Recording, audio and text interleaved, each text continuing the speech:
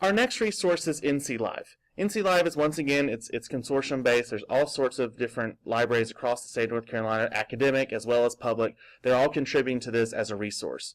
There are a lot of great things on here. I'm not going to be able to show you everything that NC Live does because there are so many databases and so many different things. But I wanted to go ahead and just give you a quick tutorial of a lot of the stuff, or some of the stuff that it offers. Recent updates to the site. This has been really great. They actually have tried to make it the interface or the front page kind of Google-esque. There's a plain search bar you can search and it pulls up all the resources. This is really great for students who are starting to learn about research or doing research for projects. You guys are always hammering into them that you don't want to use Wikipedia, or you want to make sure that your sources are quality. The great thing about NC Live is that all of these sources are going to be the kind of sources that you need for research papers. So we're going to go back to the library website and back to online databases and links. Once again, this is the front page. And then NC Live happens to be on the front page, but once again I wanted to show where you can go, and it's in order under here under NC Live. And this one too, once you click on an item, they will ask you for your library card number, in this case your WOW card number. And when you go through the portal, through the main page, it's going to automatically connect you here with the Gaston County Public Library. But as you can see, there's all sorts of stuff they can browse, which is really great. And they have featured articles and all sorts of interesting things. But right here is that main search bar, just like you would on any major search engine like Google. So let's just say, for example, you want to search for North Carolina. Just start there. There's all sorts of stuff. Here's a link to the state library, to our periodicals index, ebooks about North Carolina scholarly articles, magazine articles that have come out. There's videos, there's different databases. I love to actually show people the different databases that we offer, just starting at A, and you can scroll through everything from art to history to poetry to literature. We have test prep items, Morningstar, which is great for investments, McGraw-Hill, a lot of your textbooks are McGraw-Hill. Gale is a great literary resource right here. Heritage Quest is awesome. That is one that we sent with that middle school media specialist who's doing family history projects. Heritage Quest is a genealogy database. They have health resources, finance resources. Starting in January, we actually have back consumer reports. That was something that we had for a while, and then we no longer had it. So starting in January, we'll have that back again, which is really awesome for your finance classes, your investment clubs, those types of things. So I just wanted to show you that as well. But let's go back to the North Carolina search here. And go to anything, really. Or North Carolina Gazetteer. Or North Carolina databases for veterinary economics. The list of subjects that are available here are incredible. So let's actually go to, just pick one in particular. How about this one, North Carolina AIDS Young Professionals. Your students are very soon going to be young professionals, so this might be a useful article. And really, NC Live is a portal. It allows you to get to all these different databases. And I think that that's really important. And then you're right here, you have the full text of the PDF. You can download the PDF. It's available, and it's right there. This is the article. Also available through NC Live is the homegrown ebooks, which is just a really cool collection. So actually you can find it on NC Live as well. You can go back to NC Live and do ebooks. And this is the homegrown ebooks collection. There's also a separate link to it on our website. And these are either North Carolina authors or subjects that involve North Carolina, so that's why it's called homegrown.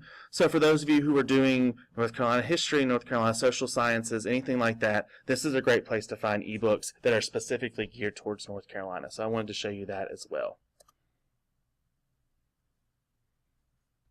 All right, so the next resource is the Zinio. And this is the one where I said I'm not going to do a lot about, and I apologize for this in the beginning.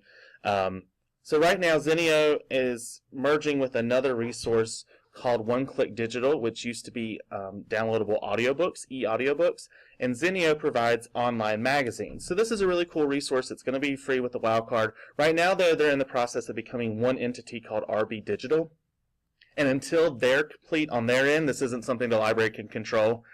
We don't want to dive too much into it, because if we show you Zinio and then in 6 weeks it's not going to be Zinio anymore.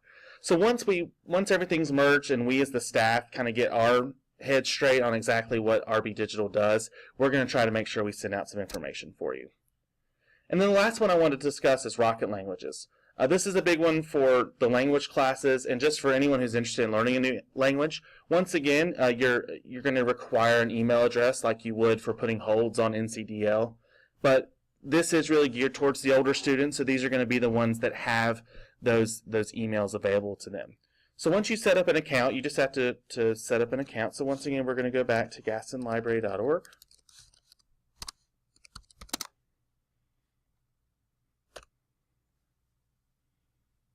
Excuse me, online databases and links, and more. And I keep clicking back to the same page because I want you guys to get used to that this is where this information is. This is the RB Digital. Once it's all together, it'll be there. So here we go to Rocket Languages. So if you've never had an account before, you do have to create an account. So we're going to do that. Excuse me, I've already done that. And so if you're just a returning user, it would just be your email. Oop.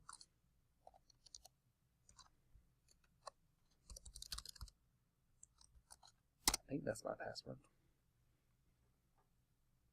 Awesome. So once you're in there, you'll see that the front page is it's very simple to find. No, I don't need to remember my password, Google.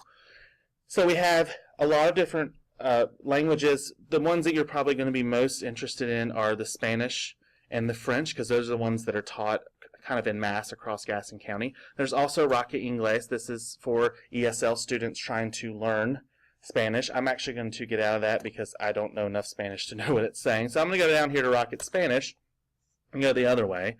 And once you click on it, you have all sorts of lessons.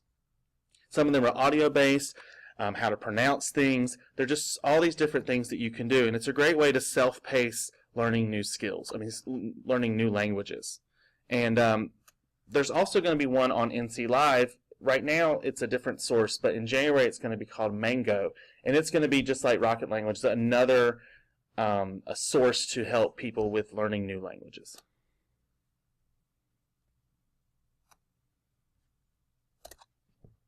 All right, so the final slide I have here today is just, there are links. Once this thing is posted, there are links that are going to help you find help and FAQs on all these sites. So this is something you can click on. If you're having any issues, you can always consult back to this. You can always go back to those contact the emails that we provided at the beginning. But this is also, if you're clicking around and you think every single one of these, you're trying to figure it out, every single one of these sites offer help links or FAQs. So this is more information for you guys that give you some more specifics if you need it. We'd like to thank Gaston County Schools for this wonderful partnership. It is beneficial for us as well as for you. And we think that the wildcard really is a great way for the schools and the libraries to work together and share resources. And we want to encourage any teacher, any principal, any staff member who has any questions to contact us. We've done a lot of individual trainings. We've trained with a lot of school media specialists, so that a lot of them are going to be your go-tos in your schools. And we want you to feel free to ask any questions that you need, because we think that this is something that's really going to be very popular and have a lot of resources available. But we also want it to be successful. So if you guys have any questions, please let us know. And I thank you for listening today.